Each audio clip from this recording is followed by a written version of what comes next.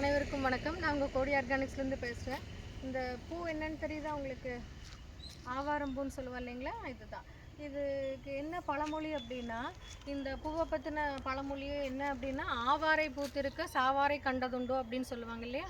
அந்த அளவுக்கு இந்த பூ செடி அந்த இலைகள் எல்லாமே நமக்கு வந்து பயன்படுது. மெயினாக இந்த ஆவாரம் பூ வந்து நமக்கு வந்து நிறைய வந்து நம்மளுடைய ப்ராடக்ட்ஸில் வந்து நம்ம போடுறோம்.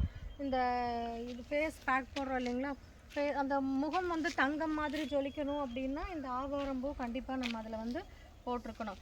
ஆவாரம்பூ தேநீர் குடிக்கிறாங்க இல்லைங்களா, அதுவும் அப்படி தான். அது வந்து இந்த பித்தம், அதை தலை சுற்றல் அந்த மாதிரி பிரச்சனைகளுக்கெல்லாம் வந்து இந்த ஆவாரம்பூ வந்து நிறைய வந்து அது சரி பண்ணுது.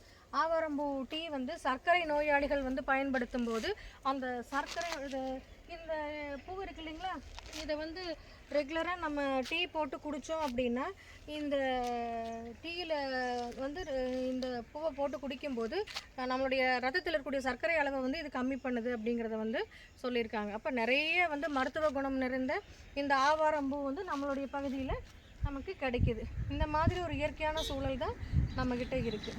நன்றி, வணக்கம்.